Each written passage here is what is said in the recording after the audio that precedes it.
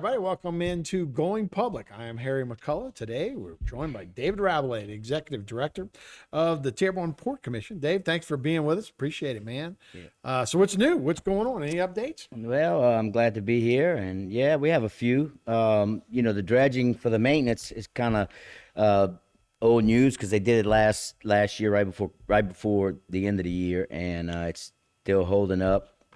They dredge it to 18 feet. The whole last 10 miles, I guess.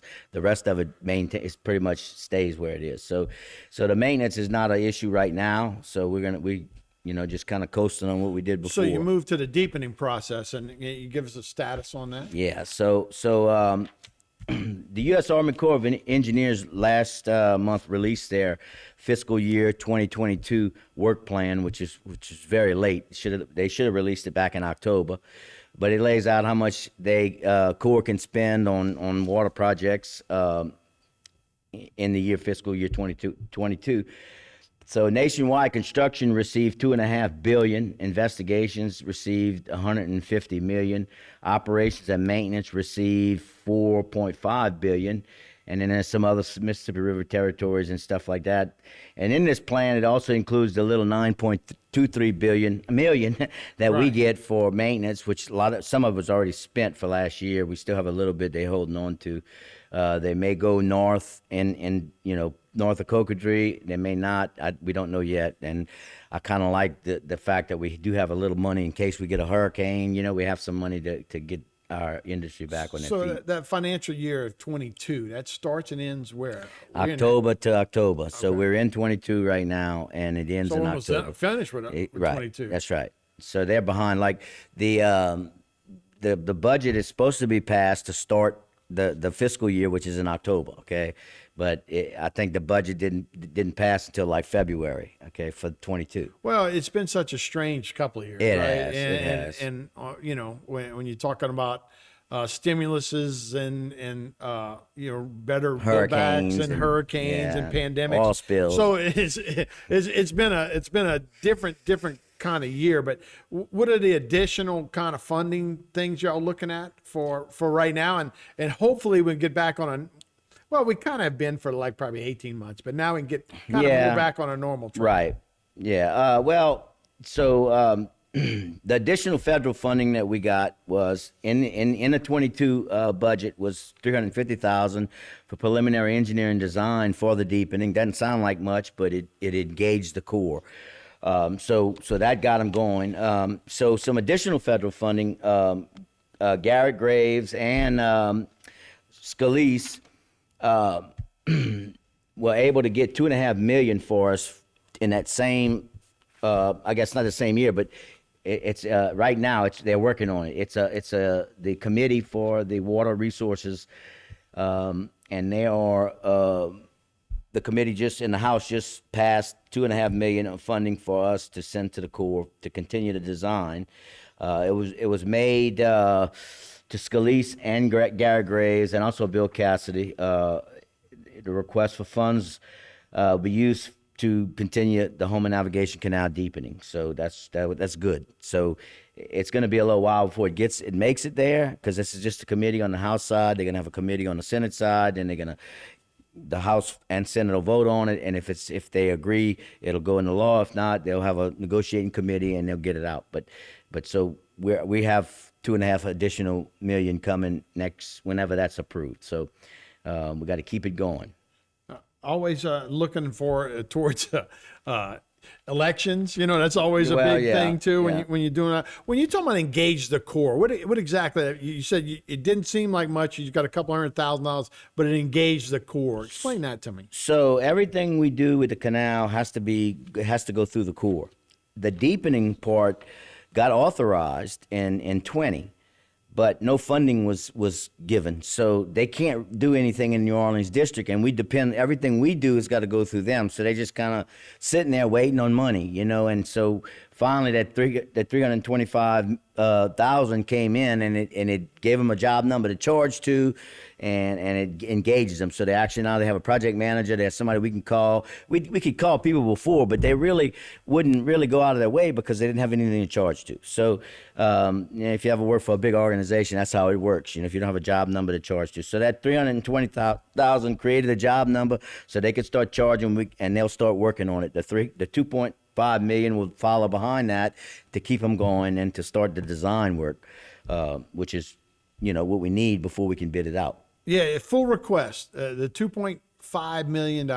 Right. That's just a little bit out of this bill, and next year we're going to do the same thing. There's multiple bills that we can try to get money. Our delegation in Washington knows that we're depending on this money to continue. If it stops, we got to stop. Okay, so they understand that. The state understands that. So we're just trying to make everything work together and keep the money flowing on the federal side and the state side. And in mentioning that, the state has budgeted $40.5 million for this project, for the relocation of the pipelines and all the stuff that we have to do for the local sponsor. This year we're going to get 20, and then next year we'll get the balance. So and that money will be used to lower the pipelines. So we got a lot of support for that. I sent out letter requests, and even the Port Association of Louisiana supported it. So it made it good for us to get the money. So it's sitting there waiting, and we just got to go through the process. And how you got to also wait till we finish that lock, right? Yeah, but before we can actually start construction. Okay, right. But the design has to start. And that seems to be moving too, right? The design has to start now. We got a 3-year window while they're building the lock and floodgate that we can design, we can lower pipelines, but we can't dig. But we can do all of that other stuff, which we have to do before we can dig anyway.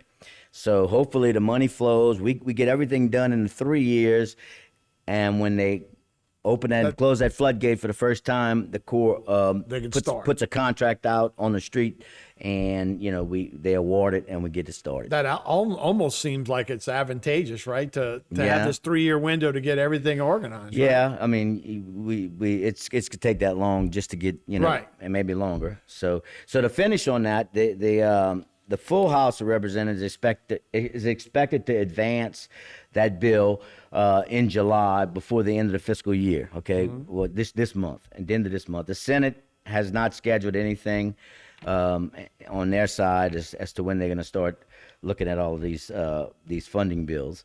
So I would suspect in the next month or so they're going to announce when they're going to do it, and we're just going to follow it on their side too. Hopefully we get approval on both sides, and then, like I said, they'll have a committee to iron out any differences in the two bills that were passed, and then it'll go to the president for signature. So you guys know where almost everything is, right? GIS has been kind of Grand Isle Shipyard has kind of been in charge. They got that. Well, so during the study, the 20-year study the Corps did, they identified everything that existed at that time, during that study period. That they let me rephrase that. They identified everything that they could find, in that study area. So now we hired an engineering firm, and they're actually going out and they're taking that template that was given to them in the study, and they're verifying those, and they're looking for any other ones, and they find but they're only working in the last 10 miles. Or I say 12, maybe 12 miles. It's phase 1, and then they're going to go north. We want to get that lower section done so that we can get that dredge, because that's the place we have most problems with anyway. So once we get that done, then we can work our way up north and lower everything up north. And it's going to be a process. It's going to take a while, but we just got to do it. And I see oyster leases on here too. Is that a big issue for a lot of folks? Oh yeah. So the Wildlife and Fisheries leases these oyster beds for oyster fishermen, and a lot of them don't use all the ones that they lease. They're just sitting out there, and then you have to go negotiate and make amends if you're gonna go through their oyster lease.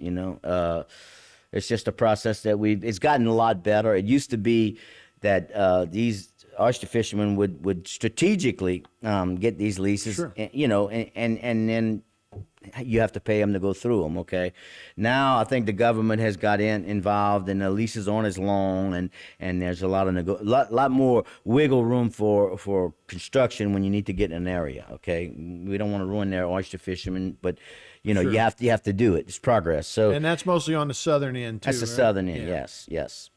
Yeah. So Yeah, no, it's interesting. I remember when they were trying to do a Carnarvon freshwater diversion out of St. Bernard. Right. That was one of the big right, holdups. and exactly. And in fact, that was a big lawsuit. It was Right, it $1 was billion or it was something. like Judge Perez gave, almost Yeah, $2 billion. and I think it was later appealed and you know kind But, of yeah, they were trying- but that was a big issue for a long time Mm-hmm. with these restoration projects. So and you got to look at the oil and gas industry versus we're trying to do environmental stuff.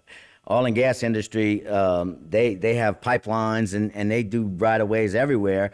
So these oyster leases are in the way everywhere. So it was a process during the heyday of the oil and gas industry that now has changed a lot for the better.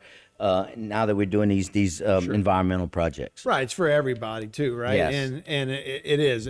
You're trying to save a coast, or in this case, make sure the economic impact for everybody at the port is going in. So you gotta consider Yeah. both sides for that, for sure. So, all right, David, we'll take a break. When we come back, we'll do some more on the deepening of the HNC.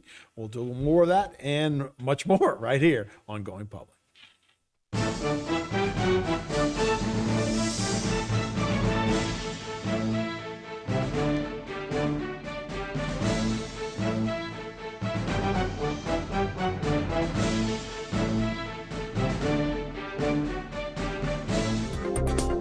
A new company with a lot of history. GIS Engineering has rapidly grown its brand around an experienced team of professionals. GIS Engineering is a full-service planning, engineering, procurement, and construction management company specializing in coastal protection and restoration, upstream and downstream industrial, and transportation infrastructure projects. Putting people first, GIS Engineering, a new company with a lot of history. In South Louisiana, storms are a way of life. Every storm poses a different threat, whether from flooding or hurricane-force winds. At All South Consulting Engineers, we help protect our people from these disasters. Before a storm, we work with our leaders to prevent catastrophic damage. After the storm, we help get the resources needed for rebuilding. We have helped our cities, parishes, and school boards recover over $2 billion to rebuild our community. We'll be here for the next one. Led by a 7-member commission, the Terrebonne Port was created to assist our local industry in promoting economic development. We monitor government regulations that affect our local industry and work with the U.S. Army Corps of Engineers to secure maintenance dredging funds. Because the HNC is the main artery for the heartbeat of Terrebonne's economy, Terrebonne Port fights a constant battle for funding to maintain the federally authorized navigable depth. We are now leasing waterfront and non-waterfront property. Terrebonne Port Commission, serving our industry to keep Terrebonne thriving.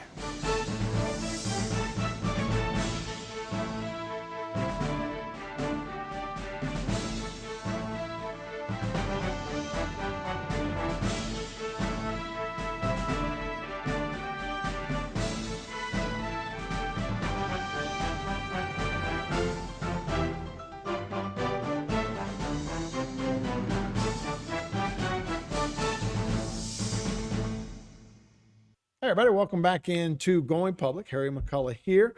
We're speaking with David Rabelais, the Executive Director of the Terrebonne Port Commission. They appreciate you being here. We're talking about the total cost of the HNC, the Homeland Navigation Canal, the deepening, and who's responsible.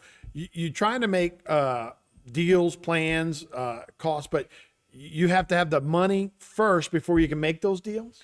Yeah, you can't enter into an agreement as a public entity without the funds to back it. So that's why we depend on the state and federal government. And so right now, with the capital outlay, it's not in place all the way yet because we have to wait for the bond commission to approve it. The governor signed it, and it goes to the bond commission, and the bond commission approves it. So hopefully within the next month or so, I think we're supposed to be July, August in the bond commission.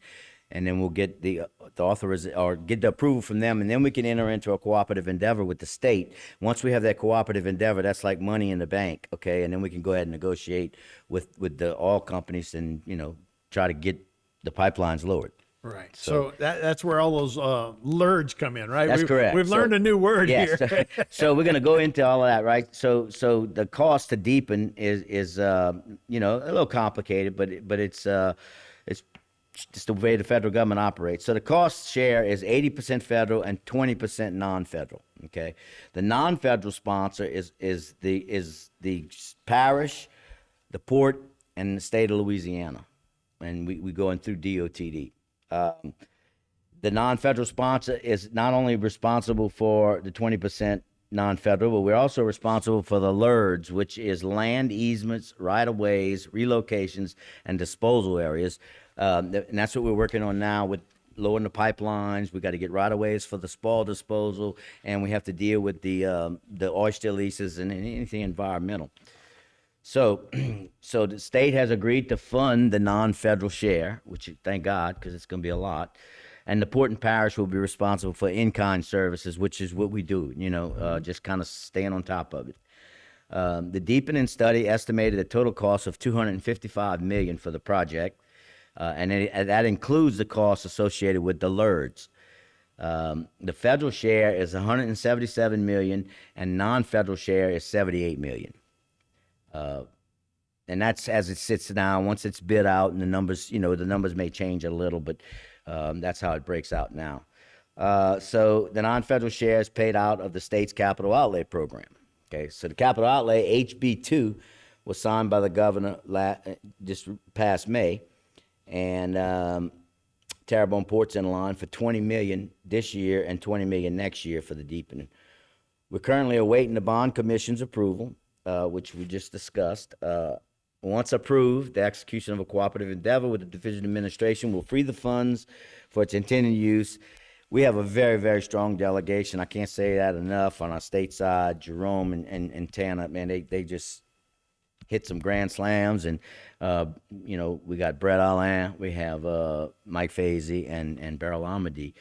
But they did a great job, and that's why if you go look at all the money this region got, it's because we have such a strong delegation. Yeah, they have great background. They know what they're looking for. Just interesting. You're talking about, there's so many different sources. So if a vendor is doing work for you guys, they get 4 different checks from different people? No. So in the deepening, the Corps is going to actually do that work. Oh, I got you. So they're going to bid it out, and they're going to spend the money. And they'll get it from all of y'all. Well, so the money comes from the feds, and that's now.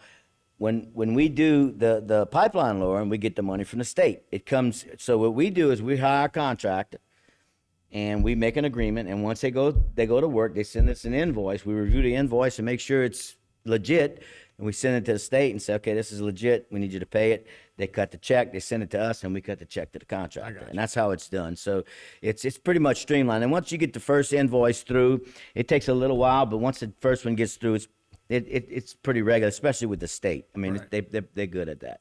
So I guess from an overview, we're overseeing the project from the financial front at both the state and federal level, while also managing the design and construction activities for the non-federal responsibilities of the LERDs. And the goal is to start the deepening construction, like we spoke earlier, right when the lock complex is operable in 2025. Any snag in the funding would delay the schedule. So it's just a good goal for us to keep. I'm 50-50 whether we're going to make the goal, but we're going to try hard, and if we don't, we're going to be hopefully shortly thereafter. Well, if life has teach us anything, there's always something. Well, right? yeah, so hopefully, no, but look, we can see dirt being turned. We can see projects being done, and for many years you just didn't see that. That's right. Everybody around here would go, oh, they're studying something, right? They're not doing anything. Now we're doing stuff. We are doing a lot. So it's good to get stuff done instead of just talk about. So the new fiscal year starts on July 1st for the state. Right. Yes, sir. The federal government's October. Okay. So the legislative session ended on June 6th. Fiscal year begins July 1st. HB1 was the state's operating budget. It's $39 billion. and it was 10.9 billion from state taxes, royalties, and fees, additional 20 billion in federal funds, and various other fund transfers. So our state budget is 39 billion. So we're growing. Also included in the budget is funding for teacher pay raises, 300 million for a new Mississippi River Bridge in Baton Rouge, and 100 million for Lake Charles Bridge. Now these bridges don't cost, I mean, they cost a lot more, but Right. that's the seed money to get them started. Okay. Although, and I'm sure there's going to be federal funds involved in Yeah, that they'd as buy well. those bridges right now if they were that much. Yeah, yeah, really. So, we do have a budget surplus this year, but the state's economists have warned that, we got funds that are like we have a 5-cent temporary sales tax that's generating 420 million a year that expires in 25. And so we're going to have to start tightening the belt as we go forward with the state. But, that's the way it is. It is one of those deals, and look, we're getting a lot of money from the feds, as you were saying, 19 from local taxes, 20 billion from the feds. So we're getting a lot of money from the feds, but a lot of times when oil and gas, a lot of times we're on the opposite side of things. So we'll definitely see how it is. But oil and gas has changed a lot, and we've talked about wind a little bit lately. So any chance that we can be in the front of that industry when it comes as we have been with oil and gas for all those years? And that's a real good point.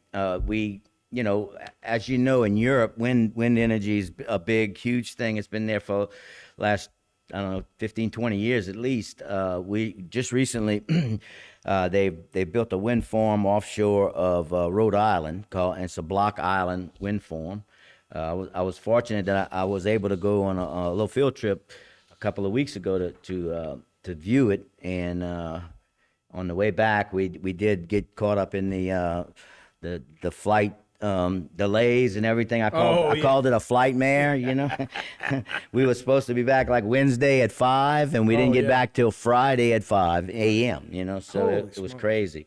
But anyway, so it's a flight mare. So if you fly, it's real. You gotta negotiate all of that. But the Interior Department, the federal government, has identified an area in federal waters of the Gulf of Mexico for offshore wind farm leases, and they plan to hold a lease sale next spring.